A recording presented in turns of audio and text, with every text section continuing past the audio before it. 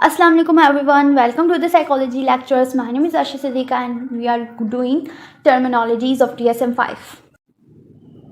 अच्छा, उसके बाद है जेंडर असाइनमेंट, मतलब कि हमारे यहाँ पे जब पहले से डिसाइडेड है, अगर लड़का है ब्लू कलर, अगर लड़की है पिंक कलर, ठीक है। ये है हमारे यहाँ का gender assignment. Initial assignment as male और female which usually occur at birth and is subsequently refer to as the natal gender, जिसको हम नेटल जेंडर बाद में कहते हैं।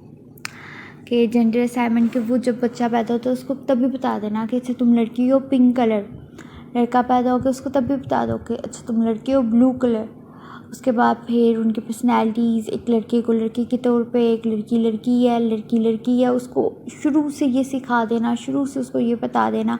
That was the gender assignment कि हम एक फ़ीमेल को उसका रोल बता रहे हैं एज अ फीमेल जेंडर, उसका क्या रोल है वो हम उसको बता रहे हैं, वो हम उसको हर चीज़ सिखा रहे हैं जो एज अ फीमेल जेंडर उसको चाहिए, उसमें होनी चाहिए। वो एटीट्यूड्स, वो बिहेवियर्स, वो सारे रिस्पॉन्सिबिलिटीज़, वो ड्यूटीज़ जो उसको फुलफ़िल करनी आनी चाहिए, वो सारी हम फ्रॉम द बर्थ सिखाना शुरू कर देते हैं उसको, ठीक है। और इसी तरह हम मेल के साथ भी यही करते हैं कि जो उसकी ड्यूटीज़ है, जो उसकी एटीट्यूड्स हैं, बिहेवियर्स है, जो उसकी रिस्पॉन्सिबिलिटीज़ और जो एक्सपेक्टेशंस उसके साथ रखी जा सकती हैं एज अ मेल, हम उसके साथ वो सब कुछ लगा लेते हैं और फिर उसी तरह हम उसकी परवरिश करते हैं। और यही हमारा रेयरिंग ओरिएंटेड है, जेंडर बेस।